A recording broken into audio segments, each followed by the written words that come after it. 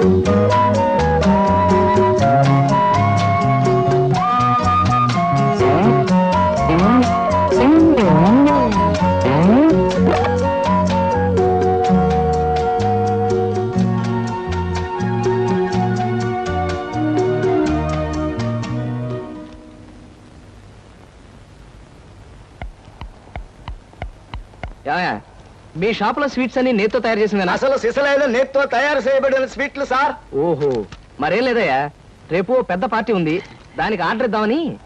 ఏ shop అయితే better గా ఉంటుందా అని ఆలోచిస్తున్నాను. తినచూడండి సార్, మీకే తెలుస్తుంది. ఒరేయ్, ఒక స్వీట్ పెద్దార్థులకి కమిషన్ కూడా ఇస్తామండి. ఓహో, బ్రహ్మాండంగా ఉంది.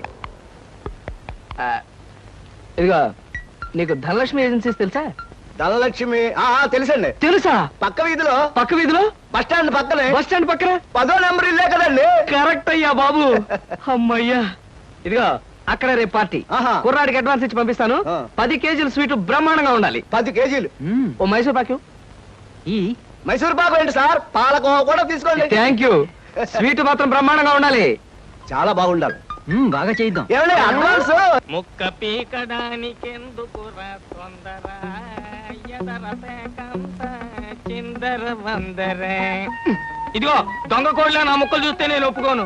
అయినా మీ చేతిలో ముక్కలు పెట్టుకుని నా చేతిలో ముక్కలు చూస్తారేంటి? నా ముక్కలు ఎప్పుడైనా చూసుకోవచ్చు కదరా. ముందు నీ ముక్కలు చూస్తే ఒక పని అయిపోతుంది కదా.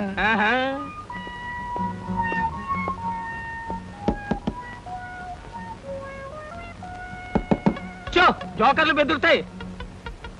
ఇదిగో బాబు, ధనలక్ష్మి ఏజెన్సీస్ ఆపరేటర్ గారు ఉండేది ఎక్కడ? వేసుకో ముక్క, చూపిస్తాను. షో తర్వాత చూపించవచ్చు కానీ ఆపరేటర్ గారు ఎక్కడున్నారు చెప్పవయ్యా. ఇదిగో ముక్క ఖర్చేయండి. ఏం ఖర్చు చేయడం ఏమిటో. మీలాంటి చెత్త మనుషులు పెట్టుకున్న ఆపరేటర్ ఎవరో గానీ త్వరలో ఆఫీస్ మూసేసి అర్జెంట్ గా పేకాట క్లబ్ పెట్టుకుంటాడు బాబు. పోనీ నువ్వు. లాభం లేదు. Yes, Dhanalakshmi agencies proprietor Koteswara Rao speaking. అవునవునవును, మీకు సరుకు పంపించాలి. కాకపోతే సేల్స్ మెన్ ప్రాబ్లం వల్ల వెంటనే పంపించలేకపోయాను. అలాగే త్వరలోనే పంపిస్తాను. ఓకే సార్, ఆపరేటర్ గారు మీరా? ఈ అవతారం చూసి బండబంటో తరుకున్నాను, నన్ను క్షమించండి సార్. మన్నించండి, ఆట అయిపోయింది. వీరెవరు సార్? మీ అసిస్టెంట్ మేనేజరా? కాదయ్యా, వీడు నా ప్యూన్ గాడు. నేను ఇచ్చే జీతం డబ్బులు కాక కనీసం నా దగ్గర నెలకి ప్యాకెట్లో 200 రూపాయలైనా ఖర్చు చేస్తాడు. మీరు ప్రొపరైటర్ అయ్యుండి ఆఫ్టర్ ఆల్ ప్యూన్ తో ప్యాకెట్ ఏమిటి సార్? చూడవయ్యా, ఆఫీస్ టైమ్స్ అయిన తర్వాత ప్రొపరైటర్ ప్యూన్ అనే తేడా లేదయ్యా, అందరూ సమానమే. అవును, ఇంటర్వ్యూకి వచ్చినట్టున్నావు, నీ పేరేంటి? కృష్ణ సార్. ఇంటర్వ్యూ కని పొద్దుననగా బయలుదేరి ఇప్పటికి చేరుకున్నాను సార్. మీరేమీ అనుకోనంటే ఒక్క మాట అడుగుతాను సార్. ఇంటర్వ్యూ కని పిలిచిన అడ్రస్ లో గాంధీనగర్ పక్క, కమలా థియేటర్ వెనకాల, రాముల వారి గుడి ముందు అని అర్థం పర్థం లేని అడ్రస్ ఇచ్చారేమిటి సార్? చూడు కృష్ణ, నేను ఇవ్వాలనుకున్నది సేల్స్ మెన్ ఉద్యోగం. సేల్స్ మెన్ అనేవాడు ఊరంతా తిరగటం, ఎలాంటి అడ్రస్ అయినా పట్టుకోగలగటం మొదటి క్వాలిఫికేషన్. ఆ క్వాలిఫికేషన్ ఉన్నవాడే ఇక్కడికి రాగలడని అడ్రస్ అలా ఇచ్చాను. 8 మందికి గాను నువ్వు అక్కడ వచ్చావు కనుక ఫస్ట్ టెస్ట్ లో పాస్ అనేట్టే. Thank you sir, thank you very much. Second test ఏమిటి సార్? అచ్చు యంత్రాన్ని కనిపెట్టింది ఎవరయ్యా? అచ్చు యంత్రాన్ని జాన్ గ్యూటన్బర్గ్. కరెక్ట్. మొఘలాయి సామ్రాజ్యాన్ని స్థాపించింది ఎవరు? బాబరు. కరెక్ట్. జపాన్ కరెన్సీని ఏమంటారు? యం. కరెక్ట్. సార్, మీరు అడిగిన ఒక్క ప్రశ్నకి నాకు సమాధానం తెలియదు. మీ ప్యూన్కి అన్నీ తెలుసు. నాకంటే అతనే బెటర్ అనుకుంటాను మీ సేల్స్ మెన్ ఉద్యోగానికి. నేను వేసిన అక్కర్లేని ప్రశ్నలకు జవాబులు తెలుసు కనుకే వీడు జవాన్ పోస్ట్ లో ఉన్నాడు. ఇలాంటి ప్రశ్నలకు జవాబులు తెలియకపోవడమే సేల్స్ మెన్ క్వాలిఫికేషన్. కనుక నువ్వు 2వ టెస్ట్ లో కూడా పాస్ అయ్యావు. ఇక 3వ క్వాలిఫికేషన్ ఏమిటంటే మన సరుకుల గురించి అబద్ధాలు చెప్పటం. ఏది ఒక్క అబద్ధం గబుక్కుని చెప్పు. మీరు భలే అందంగా ఉంటారు సార్. అసలేవయ్యా నా గురించి కాదు, నేను అడిగేది అబద్ధాన్ని గురించి. నేను ఇంతకు ముందు చెప్పింది అబద్ధమే sir. Correct correct correct. You are appointed as the salesmen. రేపే వచ్చి డ్యూటీలో జాయిన్ గా. Thank you sir. ఏమయ్యా, మీ నలుగురు కలిసి ఈ నెలలో 6 డజన్ ఆర్డర్లైనా తీసుకోలేదు. ఎందుకు పనికొస్తారా మీరు? సోపులకు కానీ పౌడర్లకు కానీ పెర్ఫ్యూమ్స్ కానీ మీరు ఒక్క ఆర్డర్ కూడా తీసుకోలేదంటే నేను మీకు జీతం ఎందుకు ఇవ్వాలి? మీరు ఎందుకు తీసుకోవాలి? అదిగా సార్, ఎన్నో విధాలుగా ప్రయత్నం చేశాం కానీ కారణాలు సంజాషులు కాదు నాకు కావాల్సింది, పని జరగడం కావాలి. Good morning sir. Good morning. కొత్తగా ప్రకాష్ నగర్ లో 4 ఆర్డర్లు, శ్రీరామ్ నగర్ నుంచి 15 ఆర్డర్లు తీసుకొచ్చాను. వాళ్ళ మన సరుకు వెంటనే కావాలని చిందులు దొక్కుతున్నారు. మనం గనక ఆలస్యం చేస్తే మన ఆఫీస్ మీద పడి అల్లరి చేసే అవకాశం ఉంది. గుడ్. సేల్స్ మెన్ అంటే అలా ఉండాలి. జాబ్ ఎలా చేయాలో మీకు తెలియకపోతే కృష్ణ దగ్గర శిష్యారకమైనా చేయండి అయ్యా. వెళ్ళండి. సార్, మ్మ్. ఇంతవరకు మన వాళ్ళు ఎవరు నెహ్రూ నగర్ ఏరియా టచ్ చేసినట్లేదు. ఇవాళ అటువైపు దండయాత్ర చేద్దామని చూస్తున్నారు. Very good. అది సరే కృష్ణ, మన వాళ్ళు ఎవరు కాళ్ళు గడ్డాలు పుచ్చుకుపతి వల్ల ఒక్క ఆర్డర్ కూడా తేలేకపోతున్నారు. మరి నువ్వేమో నెలకు 30-40 ఆర్డర్లు తీసుకొస్తున్నావు. ఏమిటయ్యా నీ టెక్నిక్? ఆ, నా టెక్నిక్ మాటల్లో చెప్పేది కాదు సార్. పోనీ సౌజ్ఞలో చెప్తావా? అది కాదు సార్. ఆ. నేను కస్టమర్స్ తో డీల్ చేస్తున్నప్పుడు మీరు కళ్ళారా చూస్తే మీకే తెలుస్తుంది. అయితే నేను కూడా ఇవాళ నీతో పాటు వస్తానయ్యా. మీరు కూడా నాతో పాటు రావచ్చు. కాకపోతే మీరు ఇలా సూటు బూటు వేసుకుని ప్రొపరేటర్లా నా వెంట వచ్చారనుకోండి, వీడు సన్నా సేల్స్ మెన్ రా, వీడి వల్ల కాక ప్రొపరేటర్ వెంటేసుకు తిరుగుతున్నాడని మన ప్రోడక్ట్ ను అనుమానించే అవకాశం ఉంది. అమ్మో, మరైతే ఎలాగయ్యా రావటం? మీరేమీ అనుకోకపోతే ఆ. నా వెంట మీరు రావడానికి ఓ మహత్తరమైన ఐడియా చెప్తాను. ఏమిటయ్యా అది? Come in. Good morning sir. Good morning. Potharaju,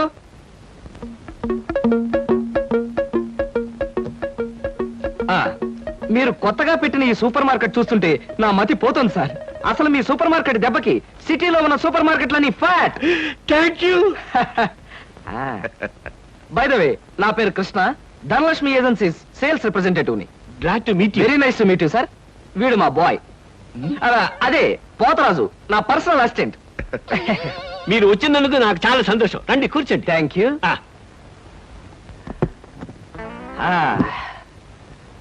Potharaju, boys కూర్చోకూడదు కదా. అలాగే నిలబడతానులేండి. సార్, మా ప్రోడక్ట్స్ అన్ని కొంచెం మంచినీళ్ళు ఇప్పిస్తారా? బాయ్ బయటికి వెళ్ళాడు. ఒరేయ్, ఆ? నన్ను ఊరే అంటావా? పోతరాజు, బాయ్స్ ని అరే ఒరే అనక అయ్యా ఏమండి అనరు కదా. అవునవును, నేను బాయ్ని కదా. జగ్గులో వాటర్ ఉంది, అయ్యగారికి తెచ్చి ఇవ్వు. నేను నీళ్ళు తీసుకొచ్చేవాళ్ళ. లేకపోతే నేను తీసుకురావాలా? కదా పోతరాజు, ఇప్పుడు నువ్వు బాయ్ కదా. అవును, నేను బాయ్ని కదా. మీ బాయ్ ఏమిటి జోకర్ లాగా ఉన్నాడు? కొత్తగా చేరాడు, మొద్దు స్వరూపం, మీరేమనుకోకండి. ఆహా, మిమ్మల్నే సార్. ఓహో, ఏమిటయ్యా? ఒక్కసారి కళ్ళజోడు తీయండి సార్. ఆ, అరే రే రే, ఏమిటయ్యా? Face reading sir. ఫేస్ రీడిగా? ఆ మొహాన్ని పట్టి ఆ. అవతల మనిషి యొక్క మంచి చెడు చెప్పడం. ఆహా. దాన్ని నేను 6 సంవత్సరాల పాటు అలహాబాద్ లో ఐజిన్ ఓవర్ అనే ఆస్ట్రేలియన్ దొర దగ్గర ట్రైనింగ్ పొందా. మీరు ఇప్పుడు ట్రైనింగ్ పొందారు? ఈ దిక్కుమాల ఉద్యోగంలో చేరక ముందు. నువ్వు కాస్త నోరు మూసుకుని నిలబడు. ఒరేయ్, ఆ ఫ్లాస్క్ లో కాఫీ ఉంది, పట్టుకురా. నేను కాఫీ తీసుకురావా? ఆ. ఏంటి దొరలాగా మాట్లాడతాడు? ఒకప్పుడు బాగా బతికిన వెదవాలండి. ఆ? నేను వెతవనా? నువ్వు బాయ్ కదా, వెళ్ళి కాఫీ పట్టరా. సార్, ఆ, మీ ఫేస్ చూస్తుంటే ఆ. చక్కటి భార్య, చుక్కల్లాంటి పిల్లలు, లక్షల ఆస్తి ఉన్నట్టు కొట్టొచ్చినట్టుగా కనిపిస్తోందండి. ఇక ఫ్యూచర్ లో మీకు గొప్ప చేంజ్ రాబోతుంది. గొప్ప చేంజ్. ఆ. అది ఏంటయ్యా? ఆడరేఖ, ఆస్తి రేఖ వరుసగా మీ రేఖలు కలవబోతున్నాయి. నిజంగా? అందులో ఆశ్చర్యపోవాల్సిందే ఉందండి. ఆ. మీ అందం, మీ పర్సనాలిటీకి ఏ ఆడదైనా ఇట్టే పడిపోతుంది. సిగ్గుపడకండి. కాకపోతే ఎంత తొందరలో పడబోతుందనే విషయం చెప్పాలంటే కొంచెం స్టడీ చేయాలి. ప్రస్తుతం నాకు టైం లేదు. మా సరుకు ఆర్డర్ తీసుకోవాలి కదండి, ఏదో పొట్టకుట్టు కోసం. పద పోతరాజు. మీ సరికి నేను ఆర్డర్ ఇస్తాను. ఏదో డీప్ గా స్టడీ చేయాలని చెప్పారే, చేయండి. కూర్చుని కూర్చుని. ముందా ఆర్డర్ సంగతి ఏదో మనం తేల్చేస్తే ఆ తర్వాత మీ ఫేస్ రీడింగ్ గురించి నేను తేల్చేస్తాను. ఆర్డర్ తీసుకోండి. ఇంకా ఏం కావాలి? ఓ ఫ్రూట్ సాలెడ్. Fruit salad. వద్దులే, నేనే వెళ్ళి తీసుకొస్తాను. థ్యాంక్స్ రా.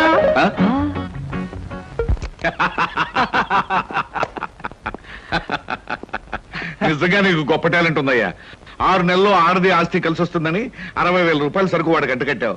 అవును, అసలు నీకు ఫేస్ రీడింగ్ ఏమన్నా తెలుసా? ఫేస్ రీడింగ్ లేదు, మీటర్ రీడింగ్ లేదు సార్. ఆ. ఆ మాట ఎక్కడో చదివినట్టుగా గుర్తు. ఆ. ఏ మనిషికైనా ఆస్తి అమ్మాయి అప్పనంగా కలిసి వస్తుందంటే సంబరంగానే ఉంటుందిగా. ఆ. ఆ వీక్నెస్ పాయింట్ పట్టుకుని వాడిని చిత్త కొట్టేశా.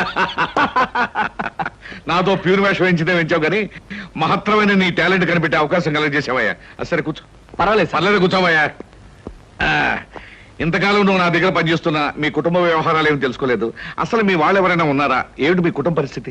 సాధారణంగా మా కుటుంబ విషయాలు చెప్పి ఆ. ఎదుటి వారికి తలనొప్పి తెప్పించడం నాకు ఇష్టం లేదు. పోనీ తలనొప్పి తెప్పించకుండా క్లుప్తంగా చెప్పబోయా. హ, అంత అభిమానంగా అడుగుతున్నారు కాబట్టి చెప్తున్నాను. ఆ. నేను కాకుండా మా ఇంట్లో ఉన్న వ్యక్తులు 3. మా అమ్మ దైవభక్తి, ఎదుటి వాళ్ళ మీద అభిమానం ఆప్యాయత కలిగిన దేవత లాంటి మనిషి. ఇకపోతే మా నాన్నగారు క్రితం జన్మలో తను త్యాగరాజు, తాన్సేన్ లాంటి గొప్ప సంగీత విద్వాంసుడని ఆయన ఉద్దేశం. తన రాగాలతో ప్రజలందరికీ రోగాలు తెప్పిస్తూ తన ఆలాపంతో ప్రజలందరినీ హాహాకారాలు చేస్తుంటే పేటలో ఉన్న వాళ్ళందరూ గొంతు పిసిగేస్తామని వాళ్ళ నిర్ణయం తెలియజేశారు. దాంతో భయపడిపోయి ఆయన బాత్రూమ్ లోనే పాడుకోవడం హాబీగా పెట్టుకున్నారు. ఆ సుగుణమే కాకుండా పేకాట పిచ్చి కూడా ఉంది. పని పాట లేని వాళ్ళందరితో చేరి పేకాట్లో ఎప్పుడు ఓడిపోవడమే కాకుండా అప్పుడప్పుడు తన బట్టలు కూడా తాకట్టు పెట్టేస్తుంటారు.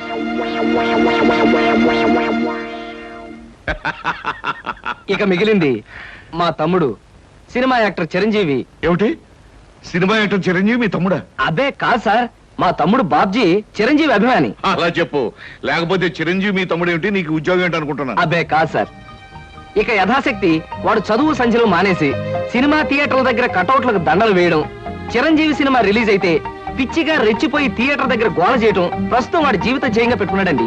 అది సార్ మా కుటుంబ పరిస్థితి. ఆ, అంటే ఇంటెల్లపాదికి సంపాదించి పెట్టేవాడు నువ్వు ఒక్కడవేనన్నమాట. చూడు మిస్టర్ కృష్ణ, నీ కారణంగా మన కంపెనీ ఎంతో అభివృద్ధిలోకి వచ్చింది. అందుకు ప్రతిఫలంగా మీ కుటుంబానికి సాయం చేయడం ప్రొపరైటర్ గా నా కనీస ధర్మం. ఈ నెల నుంచి నీ జీతం 1000 రూపాయలు పెంచుతున్నాను. Okay? Thank you sir, thank you very much. ఆ విధముగా జూదమునందు అన్ని పోగొట్టుకున్న పాండవులు అరణ్యవాసములకు బయలుదేరి. ఆహా, ఏమి రాశాడయ్యా మహానుభావుడు. ఎవరు? వాల్మీకి మహాకవి. ఆహా. The law of diminishing returns states that the more you consume of a product, the more you పరీక్షలు కదన్నయ్యా, చదువుకుంటున్నాను. ఓహో, చదువు చదువు. అలాగే. అమ్మా అమ్మా, వస్తున్నాను బాబు. చేసేది సేల్స్ మెన్ ఉద్యోగం. నీడ పట్టున ఉండకుండా ఎండనక వాననక ఊరంతా తిరిగి అలసిపోయి వస్తుంటాం. నీ కష్టం తలుచుకుంటే నాకెంతో బాధగా ఉందిరా కృష్ణ. కాఫీ తీసుకో బాబు. అమ్మా, నా కష్టంతో ఇంట్లో అందరి ఆకలి తీరి కుటుంబం అంతా ఆనందంగా ఉందని తలుచుకున్నప్పుడల్లా నాకు సంతోషంగాను సంతృప్తిగాను ఉంటుందమ్మా. అన్నట్టు ఇవాళ జీతం అందింది. ఇంటి ఖర్చులు ఏమిటో, ఎవరెవరికి ఎంతెంత ఇవ్వాలో లిస్టు రాసిస్తే. కృష్ణ, ఈ వయసులోనే సంపాదించే బాధ్యతను ఎత్తనేసుకున్నావు. కుటుంబాన్ని నడిపే బాధ్యత కూడా నీకెందుకురా? డబ్బు నాకు ఇస్తే ఖర్చులు మిగిలిన విషయాలన్నీ నేను చూసుకుంటాను. నీకివ్వడానికి నాకేమీ అభ్యంతరం లేదమ్మా. కాకపోతే ఈ కాస్త జీతంలోనూ అందరినీ మేనేజ్ చేయడం నీకు కష్టమేమోనని. ఒరే, నేను అమ్మని, నాకు ఆ మాత్రం తెలియదు. అమ్మవు కాబట్టే అందరి మాటలకు కరిగిపోయి అడిగిన వాళ్ళందరికీ కాదలేక ఇచ్చేస్తావని. సర్లేరా. సరే సరే సరే, తీసుకో. నేను వెళ్ళి బట్టలు మార్చుకొస్తాను. బియ్యానికి 300. అమ్మా, ఇంకో విషయం చెప్పాలంటే ఏడుపు వస్తోందమ్మా. ఏడవలసిన అవసరమే వచ్చిందిరా బాబ్జీ. ఇంట్లో నాన్న సంగీతంతో హింసిస్తున్నాడని చదువుకోవడానికి బీచ్కి వెళ్ళాను. అక్కడ వాచ్ పోయిందమ్మా. ఎల్లుండి నుంచి పరీక్షలు. కనీసం చేతికి సెకండ్ హ్యాండ్ వాచ్ అయినా ఉండాలిగా. ఓ 100 రూపాయలు బొమ్మా. ఈసారైనా తగలేసుకోకుండా వాచి కొనుక్కో. అలాగే. ఇదిగో 100. అయినా వాచి బారేసుకోవడం ఏమిట్రా పిచ్చి విధవ. ఇదిగో పార్వతి, ఇందాక వీధిలోంచి వస్తుంటేను కొందరు పెద్ద మనుషులు కనిపించి త్యాగరాజ ఉత్సవాల దగ్గరికి వస్తున్నాయి కదా, నా వంతు ఓ 500 రూపాయలు విరాళంగా ఏమని భైరవ రాగంలో బావురమన్నారే. 500? నేను ఇలాగే అన్నాను. మీరు ఇస్తాను ఒప్పుకున్నారా? కుటుంబం బరువు బాధ్యతలు తెలిసిన వాడిని నేను ఎందుకు మాటిస్తానే. కావాలంటే 2 లేక 300 విరాళంగా ఇస్తాను. ఆ రోజు ఉచితంగా కచేరీ చేస్తానని మాటిచ్చాను. పైసా కూడా అడగం. మీ కచేరీ మాత్రం వద్దు బాబు అని దండం పెట్టుంటారు. అంతేనా? కమాచు రాగంలో కాళ్ళు చేతులు వెరకొడతాను. నా కచేరీ అంటే బొత్తిగా భక్తి శ్రద్ధలు లేవు. ఆఖరి మాటగా 200 రూపాయలు విరాళంగా ఇస్తాను అన్నానే. ఇవ్వకపోతే బాగుండదు, ఆ తర్వాత నీ ఇష్టం. త్యాగరాజ స్వామి నిన్ను ఆశీర్వదిస్తాడు. 3, 4, 5. అమ్మగారు, పాలకి డబ్బులండి. అమ్మగారు పచారీ సామాన్ డబ్బులండి. అమ్మగారు నా జీతం అండి. అమ్మగారు పాలకు డబ్బులండి. అమ్మగారు పచారీ సామాన్ డబ్బులండి.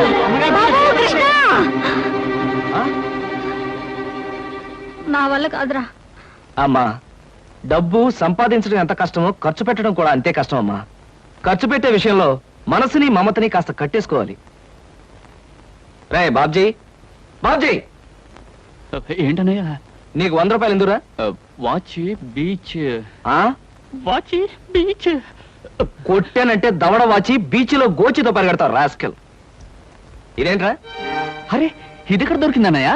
ఆ చమల్లాల్ కొట్లో నువ్వు తాకట్టు పెట్టిన చోట దొరికిందిరా. 75 రూపాయలు ఇచ్చి విడిపించి తీసుకొచ్చాను. ఆ 100 రూపాయలు ఇట్టించి వాచ్ తీసుకో. చూడు, ఎక్కువ భయం నటించక. మొహం మీద కొట్టానంటే భూపాల్ రాగంలో భారీ ఎత్తున ఎడుస్తావు. సినిమా హాల్లో తెరల మీద పువ్వులు చల్లడానికి, చిల్లర చల్లడానికి వాచీలు తాకట్టు పెట్టుకుంటారా? అడ్డగాడిదాని. వాడు అడ్డగాడిదైతే మరి నీ సంగతి విన్నానా? నా సంగతి వేర్రా. ఏమిటి, త్యాగరాజోత్సవాలు జరిగి నెల కూడా కాలేదు, మళ్ళీ త్యాగరాజోత్సవాలు ఎక్కడి నుంచి వచ్చానన్నా? అవి త్యాగరాజోత్సవాలు కాదురా, సంగీతం నీకు తెలీదు. అవి రాగరాజోత్సవాలు. మాయ రాగరాజోత్సవాలు. సరే, పేకాట ఆడడానికి ఇంట్లో అబద్ధం చెప్పి డబ్బు తీసుకోవడానికి సిగ్గుపడాలన్నా. అరే నువ్వు చెప్పుడు మాటలు నుంచి చెడిపోతున్నావురా. నేను ప్యాకెట్ ఆడుతున్నాను ఎవరు చెప్పారా నీకు? ఎవరు చెప్పారా? ఎవరు చెప్పారు? చెప్తా, చెప్పు. పిచ్చివాడు. ఆ మూట ఏమిట్రా? ఈ మహానుభావుడు పేకాట్లో ఓడిపోయి బట్టలన్నీ తాకట్టు పెడితే విడిపించి తీసుకొచ్చాను. అవ్వా, ఓహో, అందుక ఇందాక పేపర్ అడ్డం పెట్టుకుని గదిలో పరిగెడుతున్నారు. ఏమండి? మొగుడు ఏమైనా అంటే కళ్ళు పోతాయే. ఇక నేను చెప్పాల్సింది ఏమీ లేదురా. ఇదిగో 200 రూపాయలు. 100 రూపాయలు ఇవ్వరా. పితృభక్తి లేదు. చూసావమ్మా, ఖర్చు పెట్టడంలో నీకు నాకు ఉన్న తేడా. నువ్వెంతో కష్టపడి తెచ్చి డబ్బు వెళ్ళిలా తగలేస్తారని నేను ఎలా అనుకుంటానురా. అన్నట్టు మర్చిపోయాను, ఇంటికెళ్ళావిడే అద్దె కోసం కబురు చేసింది. ఓహో, అదో సమస్య ఉంది కదూ. నేను వెళ్ళి తెలుసుకొస్తా. ఏమండి, టిఫిన్ రెడీ చేశాను, రండి తిందురు గాని. తినడం పడుకోవడం తప్ప ఏమీ చేత కాదు. రావయ్యారా, అద్దె డబ్బులు తీసుకొచ్చావా? ఆ పని మీద వచ్చానండి. కానీ టిఫిన్లు పెడుతూ ప్రొఫైల్లో నుంచున్న మిమ్మల్ని చూస్తుంటే అదేదో సినిమాలో రేఖలా అనిపించి అక్కడే నిలబడిపోయానండి. కొంచెం ఇటు తిరుగుతారా? అరే రే, కొద్దిగా అటు తిరుగుతారా? అయ్యయ్యో, నువ్వు మరీ చెబుతావయ్యా.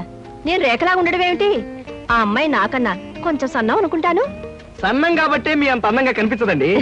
చూసారా, మీరు అలా నవ్వుతూ ఉంటే మీ బొగ్గ మీద సొట్టలు బాబీ సినిమాలో డింపుల్ కపాడేలా కనిపిస్తున్నారండి.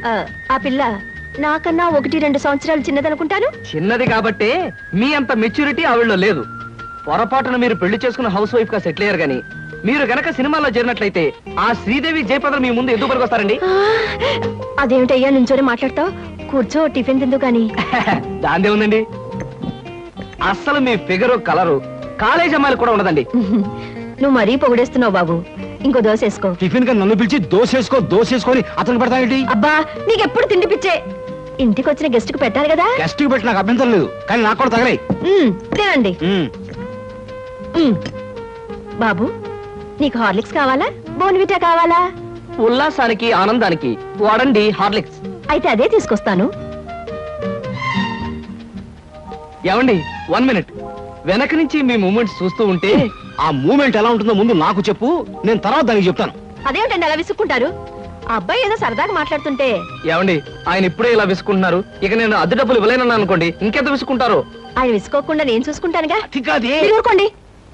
చూడు బాబు, అద్దె ఈ నెలలో ఇవ్వలేకపోయినా వచ్చే నెలలో ఇద్దు గాని. థ్యాంక్స్ అండి. టిఫిన్ తిను. ఏమయ్యా, నా తిండి తింటూ నాతో అబద్ధం చెప్పకూడదు. నిజం చెప్పు, మా ఆవిడ శ్రీదేవి లాగా జయప్రదలా ఉందే? మీరు అడిగారు కాబట్టి నిజం చెప్తున్నా అండి. మీరు మాత్రం ఈ పక్క నుంచి చూస్తే శత్రుఘ్న సిన్హా అలా ఉన్నారు. హైట్ విషయంలో కొంచెం తగ్గారు కాబట్టి రిషి కపూర్ గారి, పెరుగున్నట్టయితే అమితాబ్ బచ్చనే. అసలు మీ పర్సనాలిటీకి ఈవిడ ఎలా పెళ్లి చేసుకున్నారండి? ఏమిటోనయ్యా, నా తలరాత నా కర్మ. నిజానికి అదృష్టం బాగుంటే ఏ రేఖలో శ్రీదేవిలో చేసుకోవాల్సిన వాళ్ళే కదా. ఫ్యూచర్ లో చేసుకోవచ్చేమో. Anyway, best of luck. ఈ దశ కూడా వేసుకో. ఏం మొహాట పడకు, పళ్ళు కూడా ఉన్నాయి. అలాగే. ఏరా, మళ్ళీ అబద్ధాలు చెప్పి ఆ దంపతులిద్దరిని మోసం చేసి అద్దె బకాయి వేశావు ఏ? అమ్మా, జీవితంలో బ్రతకాలంటే మాటలైనా ఉండాలి, నోట్లైనా ఉండాలి. అసలు నీకు ఇంకో విషయం చెప్పనా? బారసాల నాడు నాకు రామకృష్ణ అని పేరు పెట్టి రామాని పిలవడం మానేసి కృష్ణాని ఎందుకు పిలుస్తున్నావే? అందుకేనేమో అబద్ధాలు చెప్పడం జీవితానికి తప్పనిసరి అయిపోయింది. ఉద్యోగంలోనూ అబద్ధాలు చెప్తున్నాను, ఇల్లు గడవడానికి అబద్ధాలు చెప్తున్నాను. కానీ ఈ అబద్ధాలు చెప్తున్నందుకు నేనేం బాధపడటం లేదమ్మా. ఎందుకంటే నేను అబద్ధాలు చెప్తుంది నా కోసం కాదు, నా కన్న వాళ్ళ కోసం, నాకున్న వాళ్ళ కోసం అంతే. ఒరే రామకృష్ణ, కృష్ణుళ్ళ నువ్వు అల్లరి చేసే అబద్ధాలు చెప్పినా నీకు రాముళ్లాంటి మంచి మనసుంది. అది చాలరా మాకు.